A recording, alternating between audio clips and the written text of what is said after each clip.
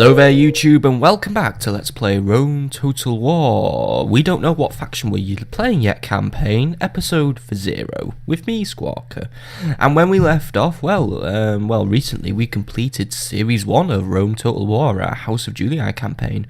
And because I loved playing Rome Total War so much and now I feel like I'm ready for the greater challenge of a campaign on hard difficulty, it is time to make the hardest decision of all. All of the factions have now been unlocked to me. Yes, I had to use mods to unlock the unplayable factions, but they all play functionally because I've just tested it. So what I've decided to do is we're going to be democratic. We're going to have to use the archaic ways of a Senate, I know.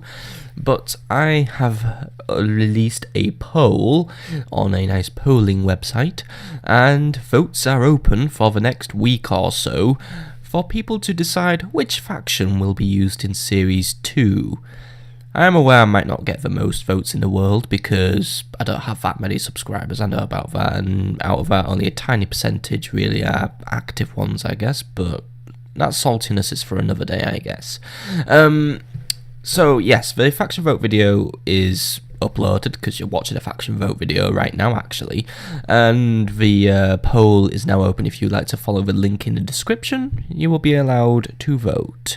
So I will review the results when I get my new gaming PC in about January, February time-ish, and once we get that sucker up and running, we will start playing some good old Rome Total War Series 2. Looking forward to it a lot, I am. And just before I do go, I've just got I'll just quickly run off the list of factions actually, just to maybe help you pick your decision. Firstly, we've got the House of Brutii and the House of Scipii if we want to continue playing as a Roman. So if you want to see Rome rise from a different perspective, well, we've got those two factions to play with. Or we could play with Macedon with hoplites and pick phalanxes, and plus powerful cavalry as we try to rebuild Alexander the Great's legacy. Egypt for good spearmen and foot archers along with swift cavalry and chariots, and we could rebuild the Egyptian Empire and maybe even exceed Alexander who once conquered us.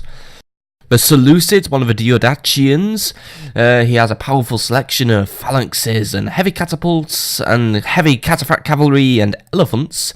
Now these could be a very powerful faction as he was one of the most powerful generals who lived under Alexander the Great.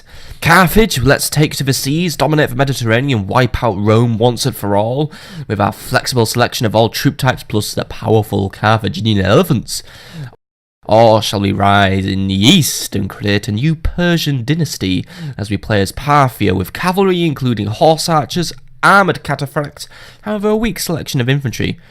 Or perhaps we shall be opportunist, take advantage of the warring successor kingdoms, play as the people of Pontus with our flexible army of light infantry, phalanxes, heavy cavalry and a few chariots.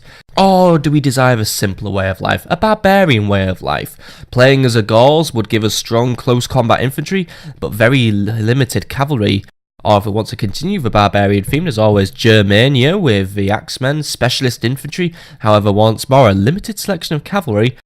Or we could say, screw those two barbarians, let's play as the best barbarians, the Britons, with fanatical barbarian infantry plus swift charioteers. Or once more, jumping back to the east, Armenia, someone who was once occupied by the Seleucids, but now the Artaxid dynasty seeks to rebuild Armenia, and we could possibly lead an invasion of Europe or the Middle East. We could go in any direction we wish, with our horse archers, including armoured cataphract archers, but maybe not that many infantry types. Or once more going back to the barbarians, the Dacians of Hungary, barbarian close combat infantry including folksmen and very little cavalry.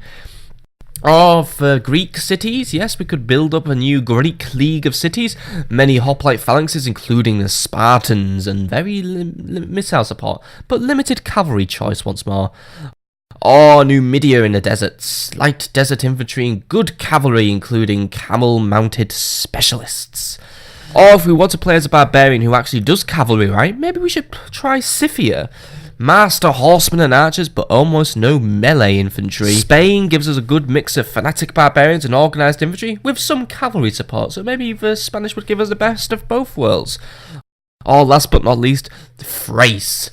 Good choice of hoplite phalanxes and barbarian close combat specialists. Limited cavalry, so we could play as fusion of Greek and barbarian. Either way, I have no personal preferences, though I have left a vote of my own of a faction I wouldn't mind trying. But let the democratic process proceed, and let us see which faction comes out on top as we begin Rome Total War Series 2 in about February time. For now, it's going to be catch-ups time with all my other Let's Plays, so expect a lot more Lethal RPG as we try to wrap that up. And then I'll be playing some more Divine Divinity, possibly. I'm not quite sure, but either way, we're going to do catch-ups, and I'm going to try and do a few more reviews. So, I hope you've enjoyed this faction vote video, and I enjoy seeing the votes come in. See you later, folks.